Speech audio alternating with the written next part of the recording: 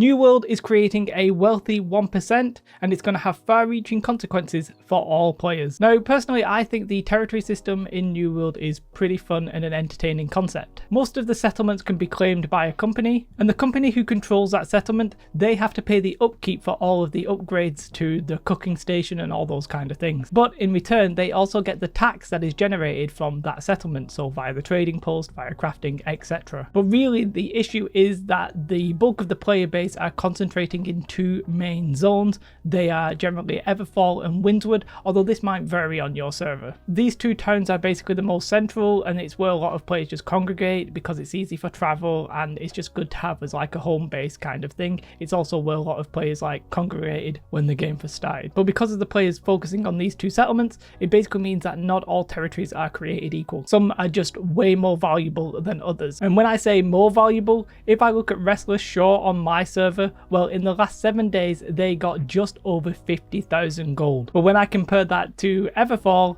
Everfall got over 1.5 million gold.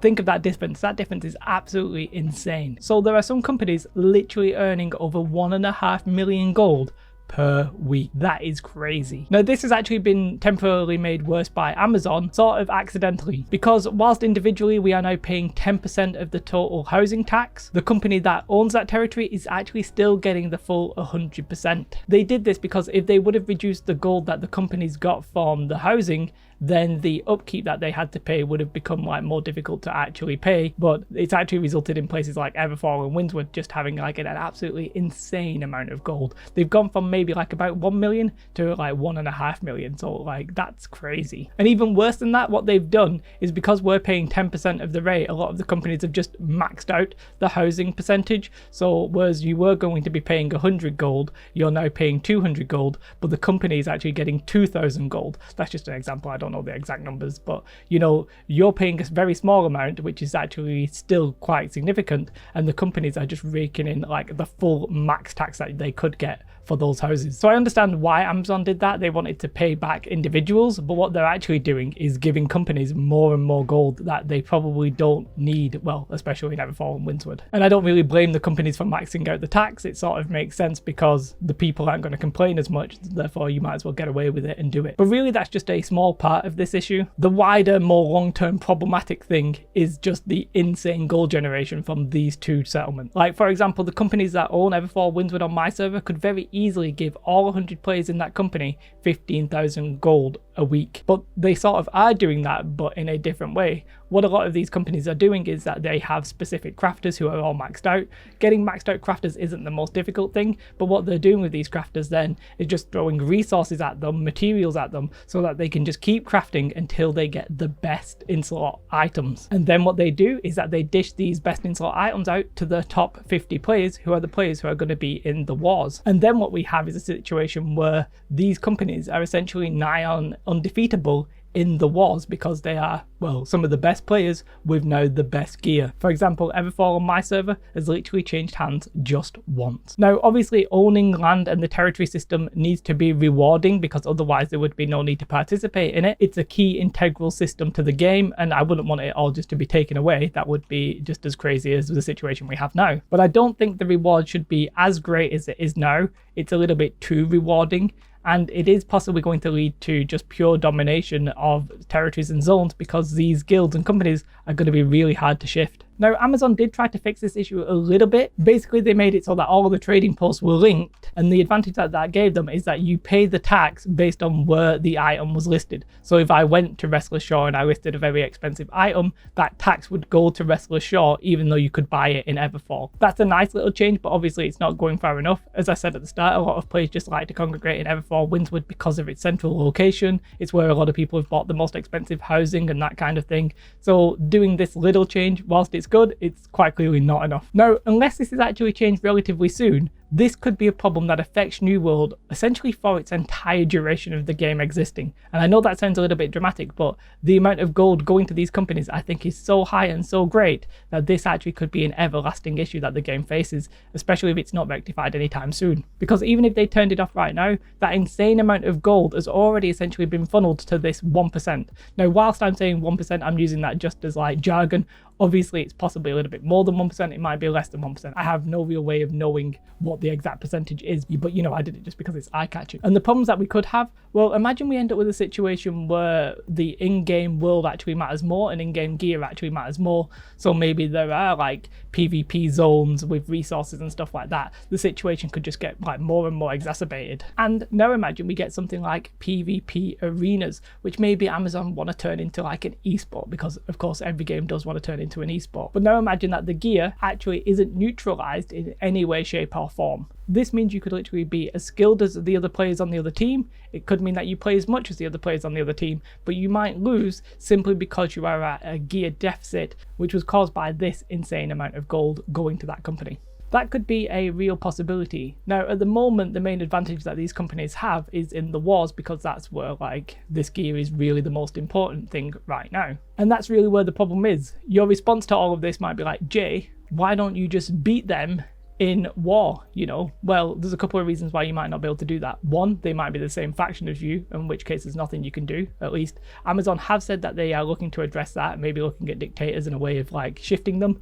But if you're the same faction right now, well, there's nothing you can do about it, literally, apart from changing faction, which you might not be able to do because people will be on cooldown and all that kind of stuff. And secondly, the defenders already have quite a big advantage. Amazon's last figure that they showed was that about 80% of the wars were won by the defender. So if you have Everfall or Windward right now, you already have a 4 in 5 chance of winning just by default. Combine that with now they're going to just have gear that's just better than everybody else's, you're basically creating a situation where the defenders of these towns are going to be really, really hard to beat, and not just because of skill. So what do you do as a company? Well, you go and take the other zones. Well, the other zones, as we've just shown, are not giving you enough gold to really be competitive on the same kind of level. So I'm saying that this 1% of players are bad for the game. I would just like to reiterate the point that I'm not blaming the players. The people are in these companies who are playing a lot, they're trying really hard, they deserve some reward, and I think we all agree with that. But the problem here is that they're creating a problem that is going to like cause issues indefinitely unless this gets resolved. I think the reward is just too great for it to continue. So now you might be like, okay, Jay, I agree with you. This sounds like it's a problem and we should address it. Well, how do you fix it? Well, the basic way to fix it would be to simply lower the amount of gold that these towns are getting, and then lower the amount of upkeep so that everything is in line and you don't have to stress about like, oh, we've not got enough tax to pay the upkeep, because that's also not really a very fun thing, and it wouldn't be a very fair thing for these companies to have to deal with that now. But if you did that the same for all the territories, all that you would end up with is that the gold amounts being smaller, which I do actually think would be beneficial, because then, you know, the people are in game and the other companies have a bit more of a chance of like catching up, but I'm not really sure that solves the problem. Personally, I think that the percentage tax revenue that these towns are generating has to essentially be non-linear. So what I'm saying there is essentially, let's say maybe the first 50 grand is unaffected, like any gold that comes in is completely fine, but maybe the gold from 50 to 100k, well, instead of getting all of that amount, it actually becomes lower, and then anything over 100k is a lot lower. So it's basically like non-linear. The higher it goes, the harder it is to get higher and higher, but it still goes up. What that would mean is that the outer skirts are essentially unaffected, but the middle towns are having like a situation where they're not just going to get 1.5 million, they may be like getting like 700,000 or something, which would still be quite a high amount, like, don't get me wrong. And then another extra thing they could do is to get gold to these other territories that aren't in the middle. Now, we'll probably see that when new zones open up, like Ebonscale looks like it's going to be next to a new zone. Will Ebonscale be more valuable then? Probably. But I think in general we need to just get gold to the other zones, and there's a couple of ways of doing that I can think of. One simple way that I can think of is like any gold that's earned over maybe like 250,000 gold, well, half of that gold now gets spread out to all of the towns, or the towns that are actually in the same faction. Maybe something like that would be simple to do, but I'm not necessarily sure it would be the fairest thing to do. And as I mentioned with Ebonscale, they've done stuff like adding the gypsum kilns to Ebonscale and Reekwater. They're giving value to these other zones, which is nice to see, but we definitely need more and more of that if it's going to make any significant change. One thing that could happen is something like some caravans where the gold is going from one zone to another, and maybe as a faction you need to sort of defend it and attack it and that kind of thing. It would create like in-game PvP, but you would have to make sure that you're getting like, you know, skirmishes rather than a big Zerg versus Zerg, because I don't think anybody would really enjoy that. I don't know, there should just be a mechanic to get gold from these towns to the outer towns, and it doesn't really matter what it is as long as something is there and it actually is effective. I personally think that if they don't act now or very, very soon, then collectively this might be something we look back on and we say, like, this actually essentially ruined the game. We might be looking back in 1 or 2, 3, 4 years, something like that, and we just might see that what we've got is complete inequality that was essentially insurmountable for most of the players who weren't in these 2 top companies. Now, I'm not saying a solo player shouldn't be at any kind of disadvantage versus a 100-person company that's like maxing out all of their gear and trying hard and playing all the time. Obviously there should be some kind of difference there, but I don't think the difference should be anywhere near as what we're getting now. The gap is way too big, and as I said, it's pretty insurmountable right now. Now you might think that this is a little bit of a negative video, but I'm actually taking the positive from this. The game right now isn't all that buggy. Most of the features are working correctly. There's a bit of lag in wars and stuff like that, but I'm sure that will get fixed relatively soon. But because the game is actually mostly working properly, I think now we can take some dives into specific mechanics and say why it's a good system, why it's a bad system, what we need to see to actually see it improve and that kind of thing, because I do think there are some game design issues that we really need to see fixed. And yeah, the bugs obviously needed resolving, but these equally need resolving in my eyes. What are your thoughts? Are you in the 1%, or are you a jealous poor pleb like myself? Let me know in the comments. Have a most beautiful day, like and subscribe. Goodbye.